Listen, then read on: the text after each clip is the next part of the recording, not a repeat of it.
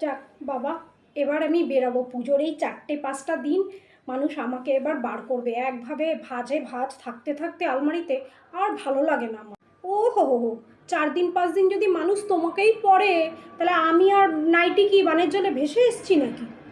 ঠিক বলেছিস রে চুড়িদার, আমরা কি বানের জলে ভেসে এসছি নাকি?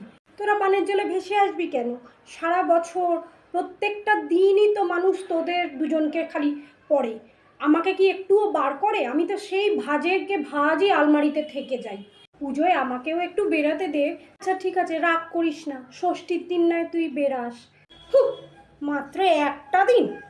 চুড়িদার আর শাড়ি তোরাই মারামারি কর, আমাকে তো বাবা প্রতিদিনই বেরাতে হয় রাত্রিবেলা করে। আমার তো আর ছুটি নেই। হ্যাঁ যা যা নাইটি, তোর এখানে কোনো কাজ নেই। আমি একটু ফোন লাগাই। ফোন করবি আবার কাকে?